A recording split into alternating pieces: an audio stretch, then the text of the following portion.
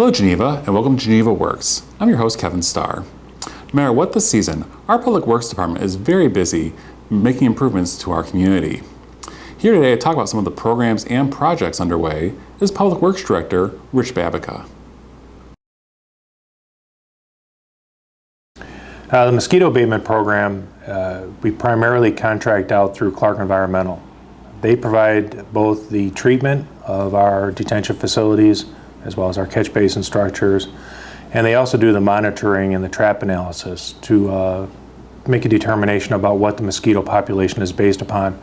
And when we reach a certain threshold, then they make recommendations for conducting the adulticide spraying. But in addition to that, the Public Works Department takes a lot of efforts at doing public education with the citizens and the property owners within the City of Geneva. Little things that can really help us help control the mosquito population, such as keeping your gutters clear, that there aren't any standing water issues such as stagnant ponds or pools, abandoned pools in the backyard, that if they can contact us with that information, then we can take steps to mitigate those issues.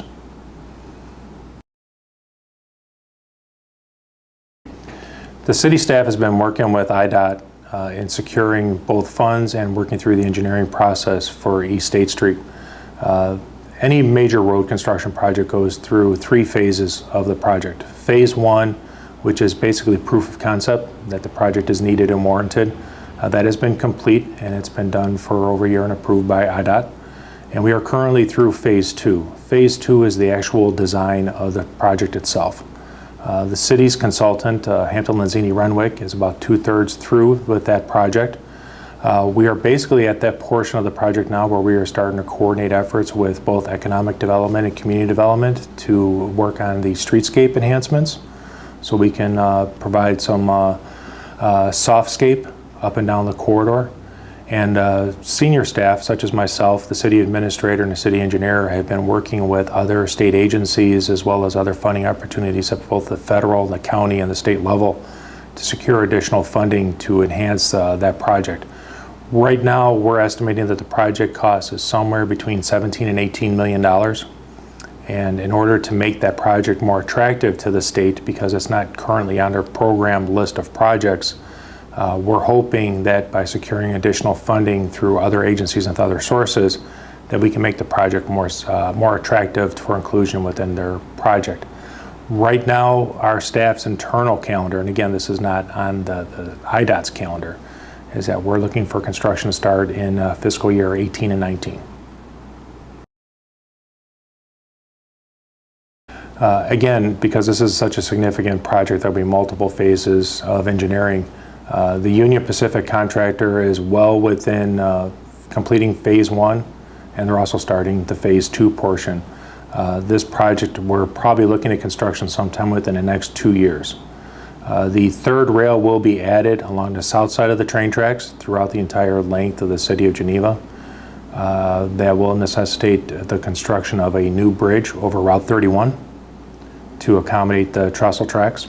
They are not going to expand the bridge, but they'll be building an independent bridge for that third line. However, when they pre-planned the bridge over the Fox River, there actually was, it was pre-designed to accommodate the third rail track, so there will be no bridge work over the Fox River. Some of the things that we're looking at with Union Pacific Railroad is reconfiguring our overflow parking lot down by the King County Government Center.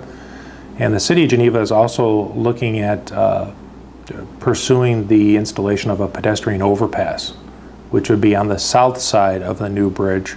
And what we're trying to do is encourage or provide a more direct path for the commuters to access the overflow lot down by the King County Government Center. Where this is going to mostly impact and directly impact the commuters within the city or those that use our commuter lots is that all 3 lots down by the train station are going to be impacted at one time or another. Staff is working with the Union Pacific as well as their engineers to phase in that work, so not all 3 lots are impacted at the same time. Those 3 lots include the southwest lot, which is referred to as Lot 1, the southeast lot, which is referred to as Lot 2, and then the northwest lot, which is Lot 5. In order to accommodate those losses of parking stalls, because there will be some stalls that will be lost permanently to accommodate the third rail, the city secured the grant from Metra to pay for the improvements for the expansion of the 3rd Street parking deck, the 3rd level there. And hopefully this fall we'll be constructing a new parking lot on South 4th Street, south of South Street, which we're hoping that will limit or at least mitigate the number of parking stalls that we lose permanently as part of this project.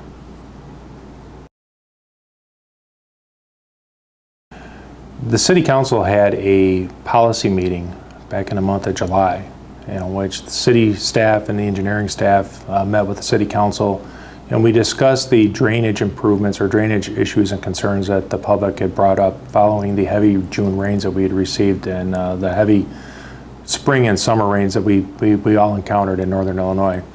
As part of that meeting, or at the conclusion of that meeting, the City Council directed staff to start developing a 5-year capital improvement plan to address some of the specific drainage concerns.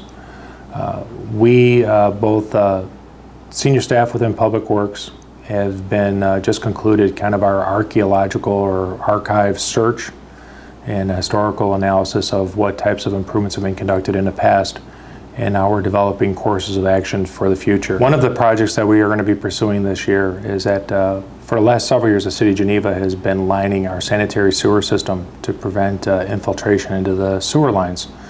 As part of our research and looking into the existing system, we identified a storm sewer segment on the east side of town where we're going to be installing the same type of lining within that structure, and that was because we found that the storm trunk, the storm sewer rather, was constricted with a lot of roots and other debris. So in order to restore structural integrity to that line, we're going to install lining through that system also. The facility plan update at the wastewater treatment plant is in response to new regulations that have been promulgated at the federal level and passed through the Illinois EPA onto all the various wastewater treatment plants and districts along the Fox River.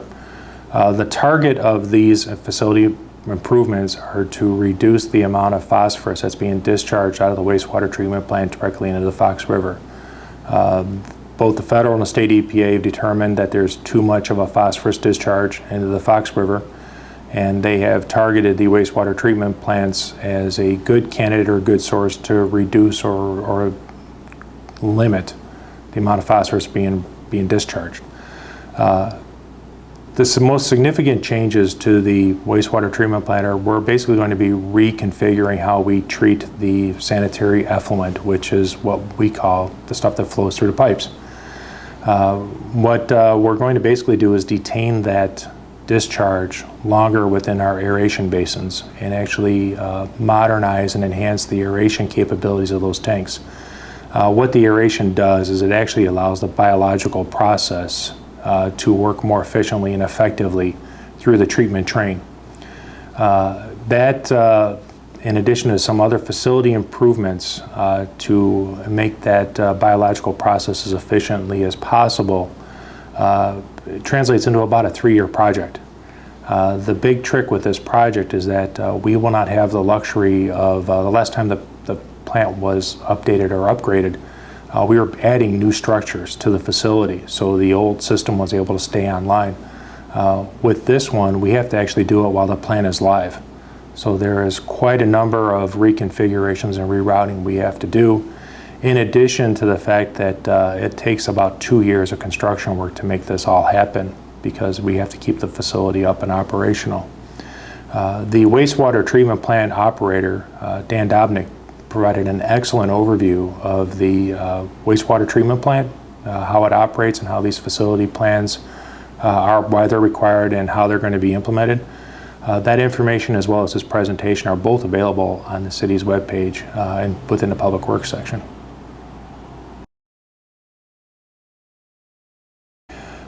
We've actually just recently completed our road project as well as our sidewalk project for the city this summer. We're in what we refer to as the final punch list phase, which is going through and making sure that all the work was done properly and that everything has been cleaned up and restored to prior activity. We're also in the same phases with IDOT with the resurfacing of Route 31 as well as Route 38. So we've have been very lucky with the second half of the summer, and it has allowed us to get a lot of these projects wrapped up rather quickly. The next most significant project that we'll be beginning is the replacement of a water main from Stevens Street north to the St. Charles border. That work will be done on the west side of Route 31 or North 1st Street. After we've had an agreement with the Park District that we would not start this water main project until after their Frisbee golf season is concluded at Halloween. So we'll be doing this work primarily over November and December. It's a relatively straightforward project. We're upgrading a water main through that area to both enhance fire flow response for the fire department as well as overall water quality. We're replacing a water main that's about 50 years old with a brand new state-of-the-art facility. In addition to that, there are other ongoing projects that go on throughout the city that most residents aren't even aware of or know about. And a lot of those relate to the hardening of the city's infrastructure. The electrical utility, for example, conducts on an annual basis about $1 million worth of cable replacement program, which is both underground and overhead cable replacement. They also pursue about $500,000 worth of facility improvements or upgrades or repairs to the various substations within the city. And a lot of that is work that's done just to ensure that the electrical utility is robust and it can withstand issues primarily with Mother Nature as much as possible. And it's the same process within the water and the wastewater utility. We currently line about $250,000 worth of sanitary sewers, and that is designed primarily to keep unwanted flows out of the sanitary sewer system. And we're also updating and modernizing both the wastewater treatment plant as well as there are 8 lift stations throughout the City of Geneva that help us move that effluent through the distribution system and collection system. So there are also redundant and enhancements as well as upgrades to those facilities that most residents aren't even aware that they've driven past them numerous times to and from that are critical pieces of the city's infrastructure.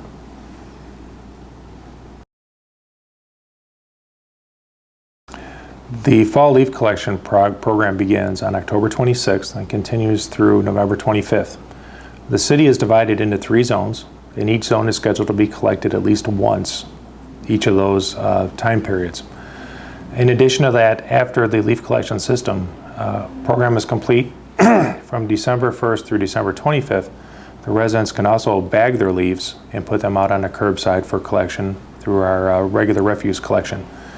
During that time, the residents are not required to put stickers on the leaf collection bags. The important thing that the residents should be aware of and the public should be aware of is that the most current information is included on the city's webpage. There will be information passed on through your utility bill flyers as well as the webpage, and it'll be mentioned on numerous occasions with every city council meetings. So it would be very helpful that if residents do have questions that they would try to refer back to the city's webpage for the most current information, and if not, they can always contact Public Works. There are several methods for the public to dispose of either household hazardous waste or through their electronic waste with the City of Geneva and with partners with Kane County. There is a standard collection site within the City of Naperville, and the details are on the city's webpage, at which the residents can drop off free of charge household hazardous waste. And the webpage actually calls out what can and cannot be dropped off and how to properly bring the materials in. The city also has a second option, and hopefully we'll be beginning this program after the first of the year, which is curbside collection for those that cannot make it down to Naperville to dispose of the waste. Again, that program, I would encourage the residents to access the city's webpage for the most current information. And then the third option that the city has in coordination with Kane County for the disposal of electronic waste is the county actually does collections on the Saturdays throughout the month, and that information is available on the county's webpage. But for household electronics disposal at Public Works, located at 800 South Street, we actually have a large green dumpster that's located outside in the public parked area for residents to unload and dispose of that household, the electronic material themselves.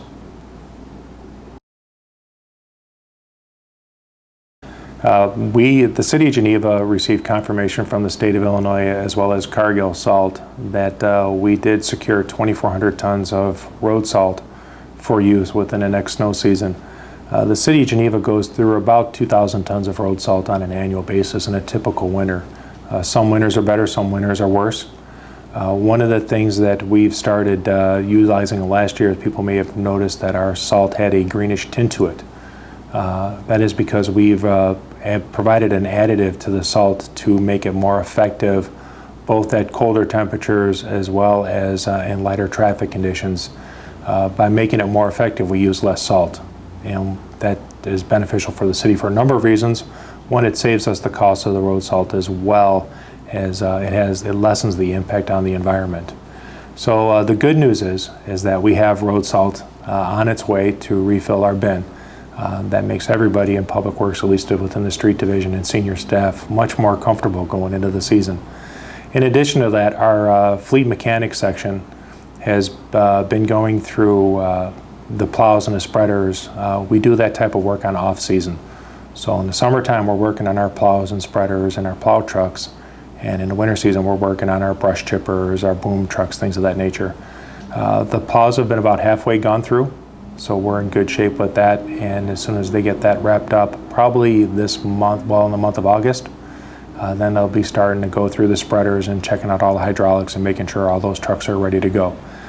And once, in addition to all the mechanical work, because we've actually added a number of new staff to the city this year due to retirements or people moving on with their careers, we'll be conducting in-house training seminars for the new staff to make sure that they are fully comfortable with how the City of Geneva performs the snow operations, and it's just as importantly so they know where they are when they're driving through the City of Geneva at 2 o'clock in the morning.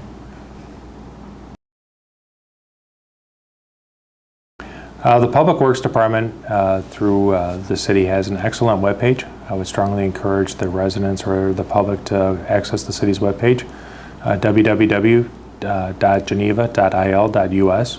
There are multiple links which give more detailed information about what we do in Public Works, or they can contact us directly at 630-232-1501.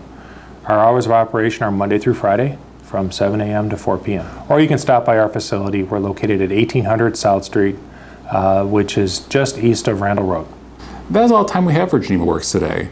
I'd like to thank Rich Babica for giving us a behind-the-scenes look at our Public Works Department. We also thank you for watching. We'll be tuning in next month to see how Geneva is working for you.